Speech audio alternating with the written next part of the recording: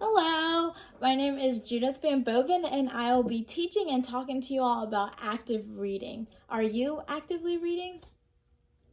So, what is active reading, you may say? Well, active reading is a process or a technique of actively engaging with the text we are reading. So, in basic terms, active reading is reading with intention. When one reads with intention, it looks like asking questions while you're reading, writing down things, pointing and noticing big or small details that the author may have added in the text that you may be reading. Active reading also enhances students' reading and comprehension skills. Why is active reading important? So, let me tell you. A lot of the times, well, I know for me, when I'm reading, sometimes I'm like, oh, this is boring, or maybe like I just want to read to get this assignment over with, but we shouldn't do that. Active reading is important because it helps the student engage and be equipped with reading at a level of high quality of literature. This also helps students gain a vast majority of rich vocabulary. It also helps for students to pay attention and do close reading. So close reading is basically picking out and pointing out things that the author may do in the reading. So what's the mood? What's the tone?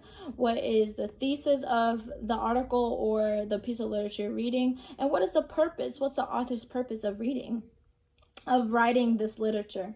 It also helps with comprehending different layers of the text you're reading. So just by reading something one time or skimming it will not help you understand literature in a very easy way. So, how does active reading look like? Well, active reading does not look like this. It does not look like this or like this.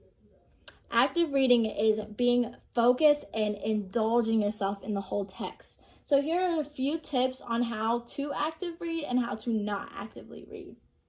So annotating, that is the number one thing.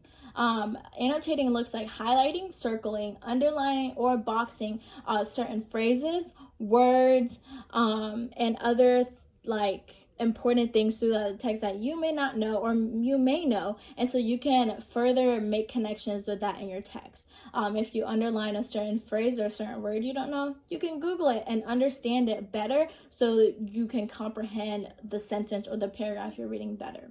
Another tip is breaking up the text. When you're actively reading, you can break up the text into sections. So once you read a section, you annotate it, understand it, then move on to the next one. So that way it will be easy to flow through your mind when you're reading and understanding it.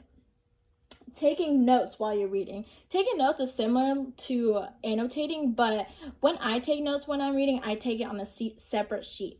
So I will read the passage, write down everything that like I want to know or everything that I do know about the passage, and then go back and like try and see if the author has mentioned it in the passage or told us anything about it in the passage, and so it will answer the questions of like, what do I want to know about the passage?